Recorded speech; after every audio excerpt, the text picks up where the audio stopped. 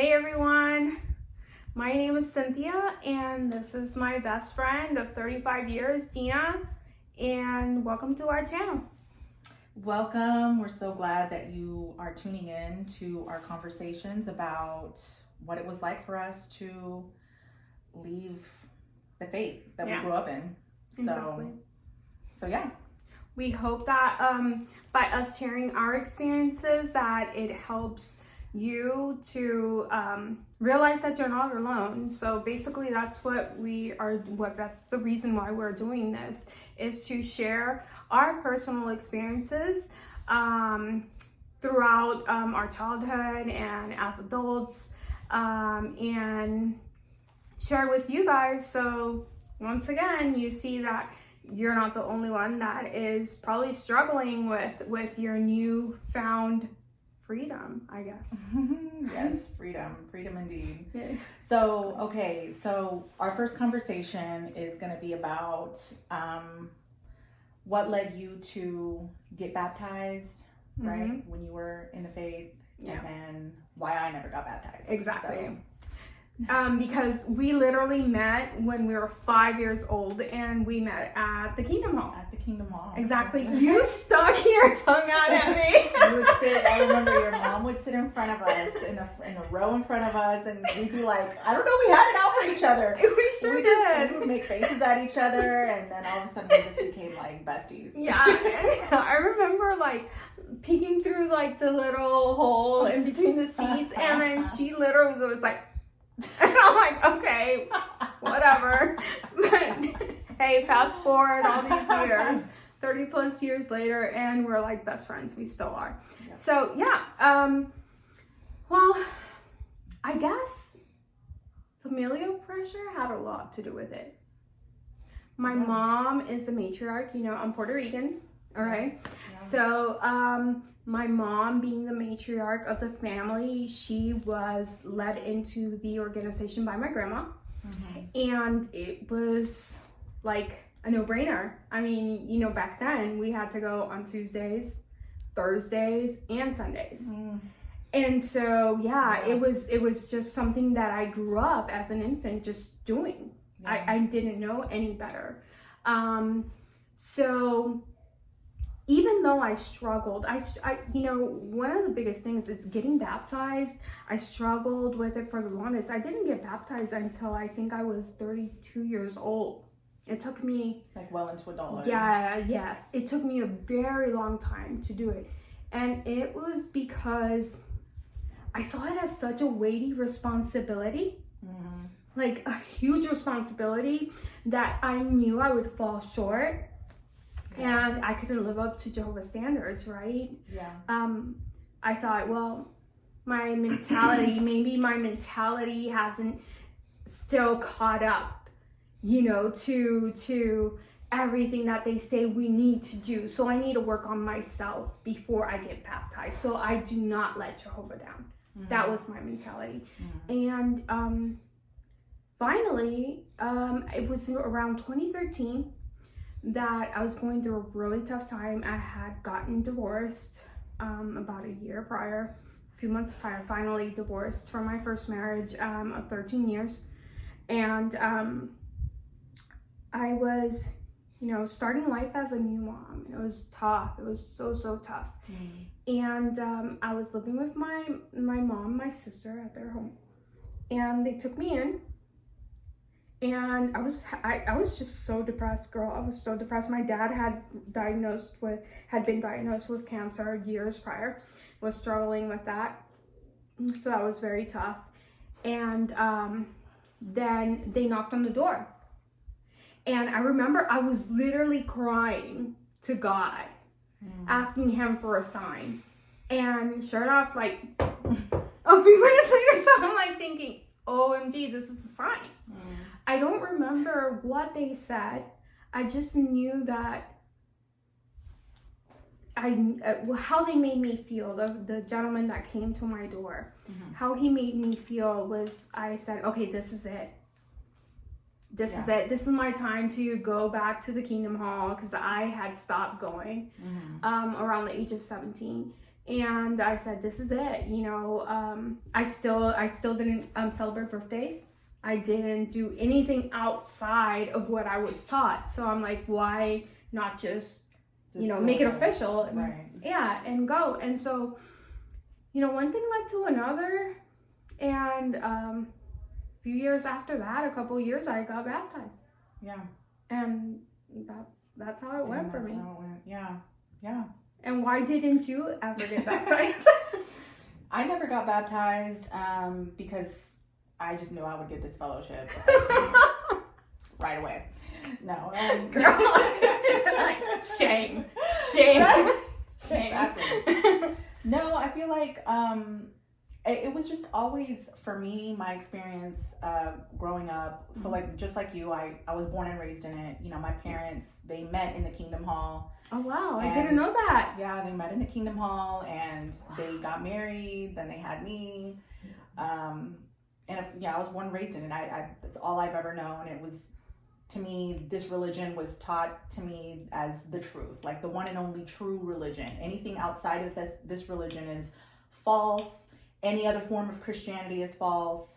Any other version of the Bible is false. Like, everything is just, if it's not published by Jehovah's Witnesses, it's false. It's satanic. It's of the world, whatever. Yeah. So around 15, like at my adolescence, like my mom was pressuring me to get baptized, and I was like, no, I'm not gonna do it. Like, I just was like, no, I'm surprised from you, because I know your mom. She has a very strong character. Mm-hmm. So I can only imagine what that did in your relationship with your mom. Yeah, no. Yeah. It had to have been tough, man. Like, especially at 15. Like, yeah, I mean, and I think also because we grew up in a Spanish congregation, and you know, the Spanish culture is just a lot more traditional, a lot more strict, a lot more, you know, like, they're ready to like beat it into you if you don't follow the rules. Yeah. Not that they literally did. Well, maybe, I don't know. But I just knew sometimes, it wasn't right. Sometimes it did get beaten into you. Yeah. If you know, that was a reality. It was. I always felt like it was shoved down my throat. Mm-hmm. And it was just very forced. And I never had a chance to even explore or question anything. But at the same time, I never thought to question it because, again, we were indoctrinated to believe that this was the only truth and there's nothing to question. Mm-hmm. But anyway, like we were saying, I just decided not to get baptized because I just felt like I'm never going to be ready for this. I feel like I need to be spiritually mature, like you mentioned earlier. Like, I need to work on myself more. Mm-hmm. I need to this is between me and God, and you know, I can't let anybody like influence my decision in this. And so, yeah, it never happened because I always felt that way. Like, even as an adult, like I was always like, no, I'm not ready. But I left the truth. Because that's how we're raised to believe, right? That it's the truth. And that's how it's addressed and labeled as the truth. They call it the truth. Correct. That is correct. But I left when I was like also 17. And then I came back, just like you, in my like late 20s or so when I was married. I was still married at the time. Yeah. And that affected my marriage at that time too, because even though I wasn't actively going to the Kingdom Hall and I wasn't actively in this religion, mm-hmm. I still, that indoctrination was deep-seated. So I still didn't participate in any kind of holidays. I just felt so guilty and ashamed if I even like participated in anything that was deemed wrong in their eyes. Yeah. So I remember those days. You know, luckily for me, my first marriage, I'm now in my second marriage, right? My first marriage, it was, how can I say, it was not really an issue. It never really caused us like great problems. As a matter of fact, my husband then, my husband now kind of love the fact that I didn't celebrate holidays because they just saw it as an expense, right? Right. So, I don't have to buy you a gift. I don't spend no money. Great. Yeah. So in that, when it comes to that, I didn't have a lot of pushback from my significant other. However, when we did get divorced, my kids did celebrate holidays with his family. Yes, with his family. Mm-hmm. So that was another thing that I had a lot of explaining to do with my mother. You know, when she found out, she would see pictures online on social media that, oh, I saw, you know, Jeremy and Bella at a birthday party, and right. You know, didn't you tell him that we don't do that? And it was very stressful. Oh, that part was very, very stressful. Yeah. And so I had to do a lot of explaining, and there are a lot of tears shed, because you know, you can't control it. Yeah. Especially when you get divorced. You cannot control. Yeah, you can control. It's out of your control completely. And that's how it was for me too. My children, after I got divorced, even when I was married, my children still went and celebrated everything with my husband's family. Mm-hmm. My ex-husband, ex-husband's family. But they, you know, they would go off and they do their thing, and then they come back home, or I would join them, but I would just be like sitting in a living room or something, not participating. So looking back now, I'm like, I could have participated. Like, there was nothing that they were doing that was wrong. Like, they were just having dinner and talking, like doing a regular, you know, like just a gathering of a family, you know. But yeah, even to this day, my children, they go and they celebrate. I'm slowly starting to celebrate holidays now, because I'm getting comfortable with it, and it's like, you know, I'm not in this religion. I don't even identify as a Christian, and that's just me. So I'm like, you know what? Yeah. I'll celebrate whatever I want. Exactly. And you know, that's one of the newfound freedoms, right? Yeah. Is realizing that you have this autonomy, right? And that you are allowed to say for yourself and speak for yourself and be yourself and say, you know what? This is not for me. Yeah. This is who I am. And venture into that and explore that. But we were so discouraged from that. I grew up not even questioning anything. Right. Anything. Like, what they said went. It was like written in stone. Yeah. And, you know, that's actually one of the reasons why I left.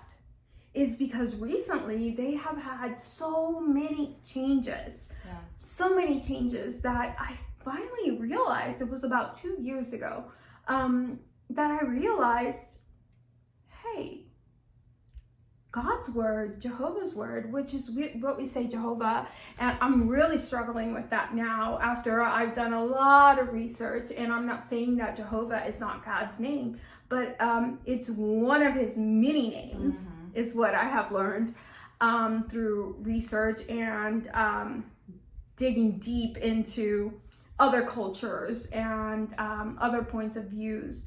But going back to that is, I had a very, very hard time with that, accepting what was, right? So I was struggling with that. And then they made the announcement that they were going to merge, or it's like they made an announcement, something like, oh, rejoice, brothers, because there was a lost sheep, a part that had branched off and done their own thing, and now came back, and we are united together. And so, you know, coming from the business world where I come from, I'm like, a merger? Because that's what it sounded like to me, right? Mm-hmm. And I had so many questions that day, and I remember looking around, and you know, nobody was like looking. Everybody was just like, okay. Yes, they were like, they were just like, zombified. I'm sorry, it sounds horrible, but they were just like in a trance, just like, okay, conditioned to just be sheep. Yes. They just follow whatever they say. And that was the very moment that I realized I'm the only one that's looking around. Hey, and I I'm don't sure think there's a this is few for others me. that question it too, but they're just, you're taught that if you even question, you're not questioning, you're questioning God. Exactly. Is how they phrase it. Exactly. Is how they put it. Like, yeah, you can't question because now you're questioning God. not And humans. Right. And it's like everybody has questions. Like Exactly. it's normal behavior. It's normal. I mean, to be curious and to want to dig deeper and to have questions. I mean, and in my opinion, I feel like if you are the so-called true religion, why not let people question and do their research and dig deep? And because if it is a true religion, they come right back to it, right? But yeah, and it was that very moment too that I realized, because I was having challenges with other doctrines, other teachings that they had, like, women are not allowed to speak publicly, right? And I always thought, man, I could give some awesome deliveries. Why can't I be up there? And not saying that I'm, like equal to a man, or that I wanted all those responsibilities, but that, hey, we could contribute too. Yeah, no, it's a very patriarchal religion. Yes. And it's very male-centered. Yes, and it is. That's one of the things that for some reason, as I've gotten older, I've become more like, I don't know, dare I say feminist? Yeah, but then remember, it was so subtly put to us as to why that hierarchy was put in place, right? So, and I ate it. Yeah. It's like, they tell you that it's a lovingly provision of God, right? To have males, to be subordinate to males. And yes, you know what, to a certain degree, this is my personal opinion. I do believe in men taking the lead in the household to a certain extent, right? But they show it as a lovingly provision of God, right? Because, hey, you're the weaker vessel, I'm the weaker vessel. They kind of do, you know what? Now that you say feminist, it is kind of feminist. So like, you're too weak in a sense, right? Right. So you have to have a steward. Right. You have to. He has to make decisions for you. You can't venture out into the world and be you, because you have to be strong of mind, right? To be able to lead a household, to be able to preside over others. And so, back to that day when I didn't see anybody question, I said, well, God doesn't change his mind. The Bible is the Bible. It has not changed. Like, not one word of that written word has changed. Right. Why do we keep having all these changes? Yeah. And that's when I stopped going. I stopped attending. Back then we were virtual. And that day I had gone in person, but virtual had been introduced. And that's when I said, this is a man-made religion. Just like any other religion. Yeah. And I stopped attending in person. I would sometimes log into the meeting virtually, but then I just started questioning so many other things, and then not only questioning them, but downright stopped believing. Yeah. Yeah. For me, even though I was out of the faith, I got divorced back in 2016, and after my divorce, I never went back. I just was like, this isn't for me. However, all the teachings and the indoctrinations stuck with me. And it wasn't until I want to say maybe the past 2-3 years that I've really deconstructed from everything. Even though I wasn't an active participant, like I said, I still believed in all that. And I started doing my own digging and really deconstructing from all of this that I've been taught. Is this really true? Is this what? Because there's so many tactics that are used in this religion that you're not aware are being used on you.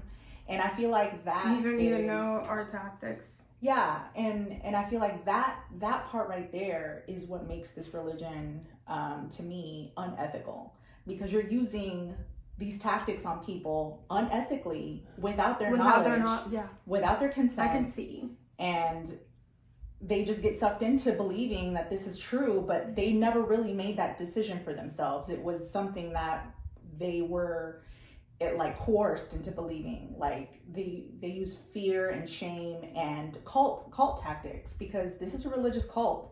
I read a book by a psychotherapist who specialized in cults, and so many of the things that Jehovah's Witnesses do, cults do.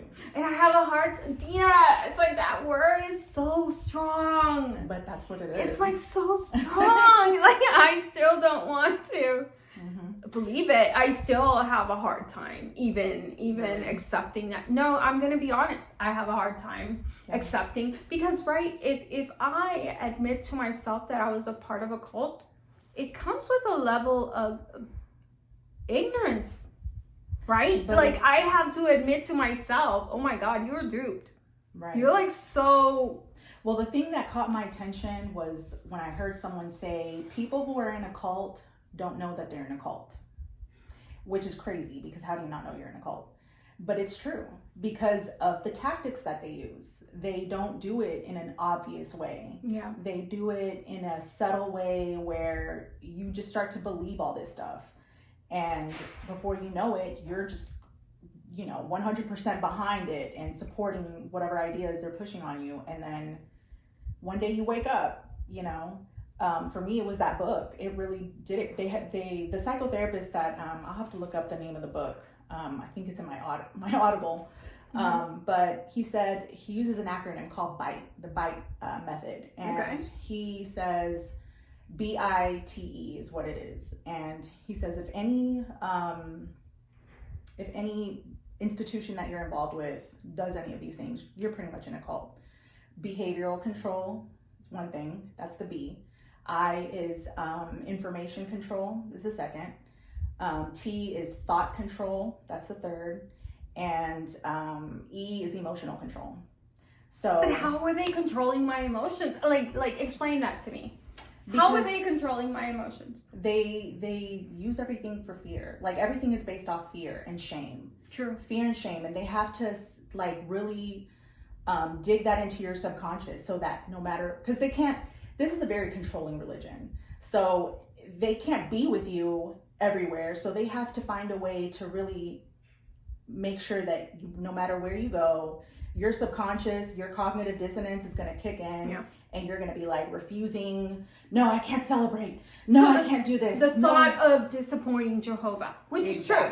It's true. That was always with me. And now that you mention it, I didn't even think that it was emotionally controlling. Like putting that into your subconscious, right? That's saying, hey, if you deviate from what I have taught you, even so you're disappointing Jehovah. Exactly. He's so sad. And information control is a huge one for witnesses, because they want to control. If it's not a publication of theirs, don't read it. The internet, stay away from the internet. Don't listen to anybody who's following.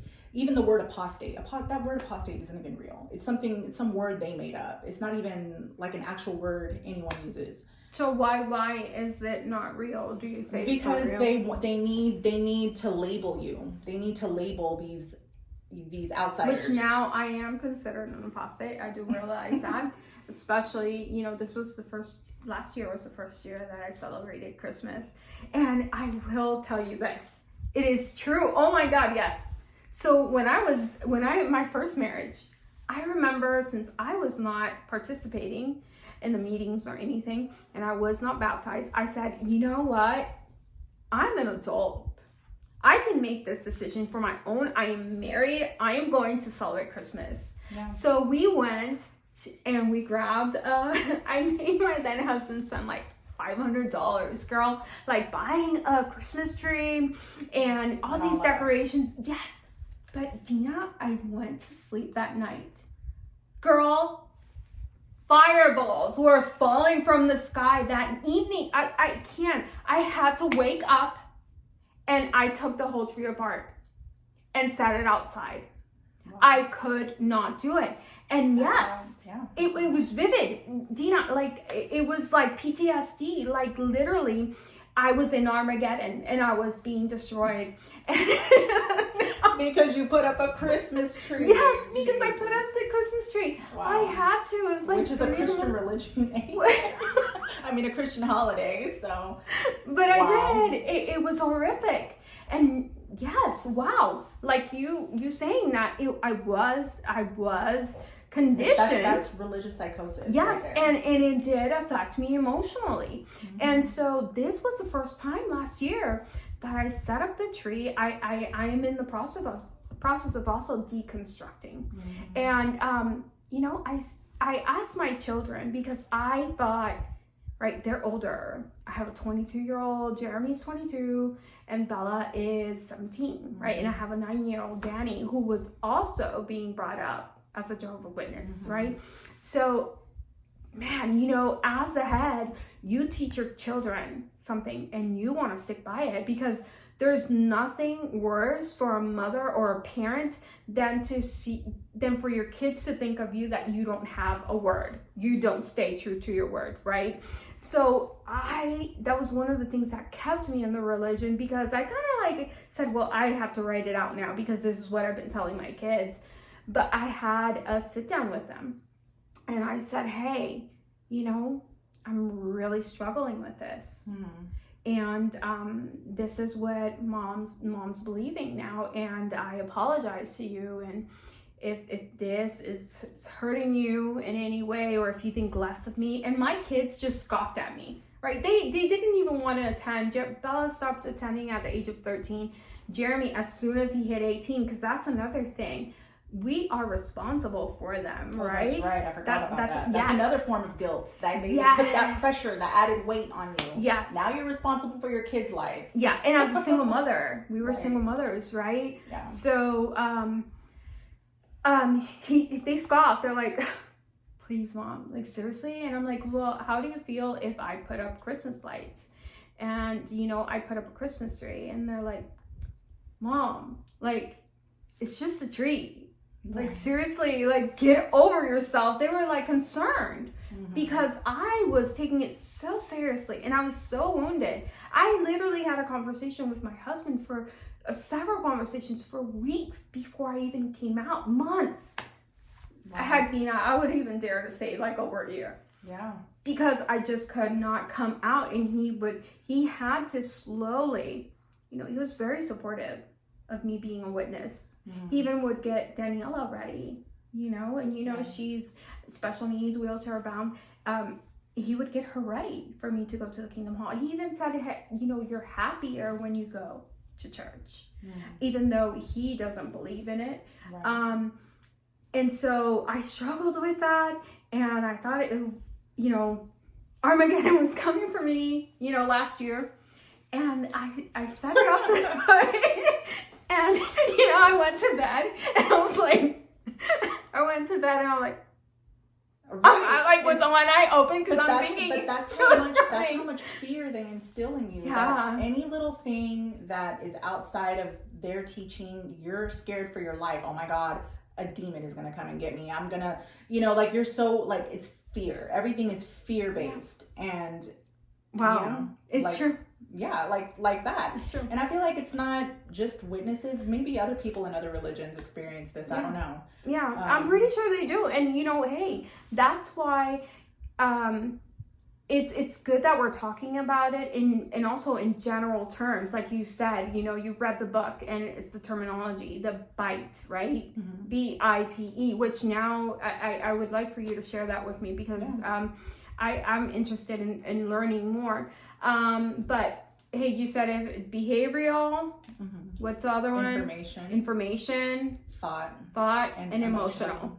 So if any of you are undergoing the similar situation where you're in part of a religion, and any of these things, like Dina said, is happening to you, then you might want to take a second look at it and dig deeper, because you might be in a cult. Oh no, that's such a strong word. But, you know, hey, we're all learning and we all have autonomy. Yeah, absolutely. And we hope you enjoyed our very first podcast conversation. And stay tuned. Every Saturday we'll have a video for you to watch. Take care. Thank you. Bye-bye.